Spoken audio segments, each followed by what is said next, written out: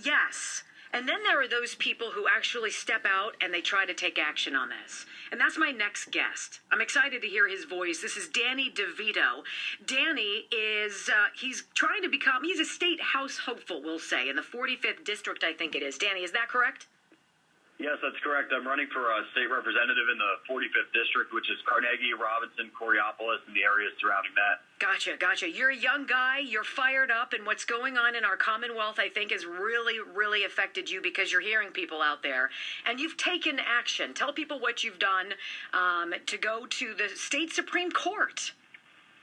Sure. So right after the shutdown happened, I started hearing from constituents in the district, from business owners that were concerned about what was happening, just about how terrible and how incompetent the governor's rollout of the lockdown was. It happened after business hours.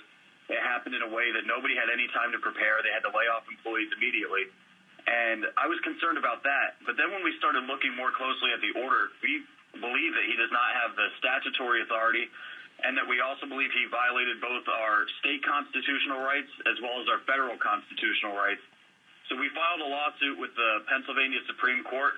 Unfortunately, they upheld the lockdown, but we're exploring further options moving forward. And we don't consider it a loss in a way because the same day that the opinion came out, Wolf bent and he started talking about reopening businesses. Right. So we believe that, direct pressure from our campaign. You started a conversation, yes. Absolutely. And hardworking men and women across the state, too, putting pressure on their legislators. We think that that's going to be what leads to reopening. Right, and it was interesting because joining you in this petition before the court, if I'm not mistaken, were four other people. It was a timber company, a public golf course, a real estate agent, and a laundromat. And I think to myself, when I think about what we could do to reopen this government, Danny, like a realtor can do a lot of things that don't involve being within 6 feet of another human being. A timber company, right, can do a lot of things that don't involve being right next to each other. It defies logic, and I can't imagine. Well, I got to tell you, I'm proud of you. You're a young guy, and you took action, and you're like, look, this is wrong. Well, thanks. I appreciate that. And you're absolutely right that the realtors can take many steps, in selling a house. They do it in all the neighboring states, and Senate Bill 613 would have actually allowed them to do that, and that passed the House. The Senate's voting on it today, and we need people to put pressure on the governor to not veto that. Yes. And we also need to hold local politicians accountable who do not stand up for Pittsburgh. All of these policies that the governor's passing, he's doing because that's what Philadelphia wants. My opponent, Anita Kulik, she ended up voting for this measure because she's putting Philadelphia before Pittsburgh, and we need politicians here to put Pittsburgh before Philadelphia. To stop the Fake Moderate Act and just do what's best for the people. That's true. And I get very tired of this play of wrapping themselves in something, be it justice or the Constitution, or now with this coronavirus, it's safety. Right? We all want to be safe. Nobody wants to be unsafe. Nobody wants anybody to get hurt. But if you look at the numbers, if you look at you're sacrificing the well-being of the vast majority for the few. And it's a very complicated line to walk, yes? I agree, and I think you hit the nail on the head there and earlier in the show. They make it seem, if you take this position that you want businesses to reopen, then you don't care about safety or you want people to die. And that's ridiculous. For example, that bill that Kulik did not vote for, they would have had to follow the CDC guidelines. It was a totally reasonable bill. And, if you talk about safety, you can justify almost anything.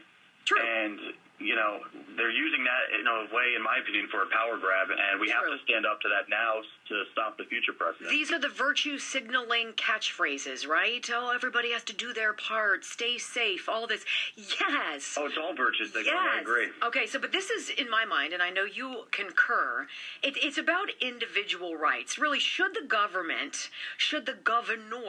be able to use the threat of state violence, be it arrests or fines, to shut down business? Because that's really what has happened here, Danny.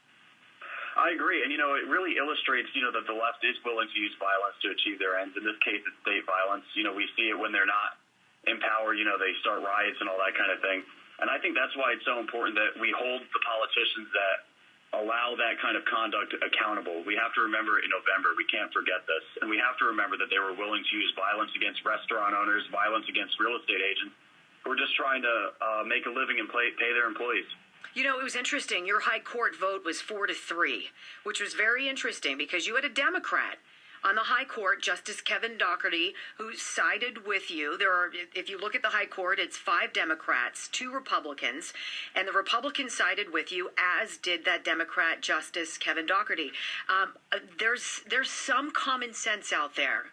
Danny, don't you feel it? I feel like, I think the majority of people have common sense, and all we want is a governor who listens and serves the people the way he was supposed to. You're right. I mean, the majority of people do have common sense, and you're right that we did have concurrence as well as, dissents from that. And I think, the more I talk to people and the more messages I get and the more text messages and phone calls I have, I'm definitely seeing a shift towards people wanting to reopen. And, my position is what you said earlier.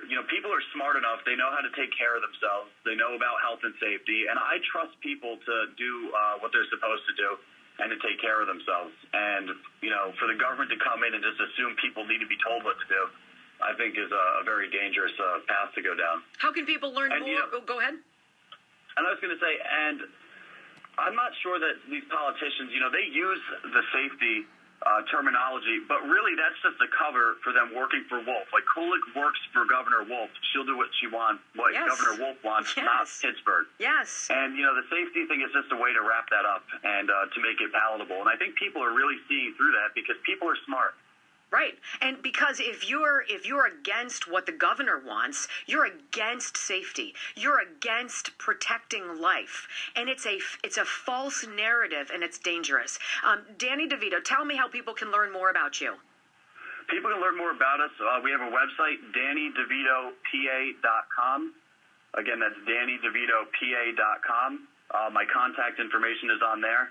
And then we're on Twitter on the same handle, Danny DeVito PA. And then if they go to Facebook, you could find Danny DeVito PA, or I welcome people to add my personal account, and I'm always happy to talk with people directly. But those are the best avenues to get in touch with me. Love it. Love your time. Thank you so much, young man. I can say that because I'm twice your age, you little jerk. Anyway. Well, thanks for having me on, Wendy, and you don't look bad. So. Oh, you're a sweetheart. Be good. All right.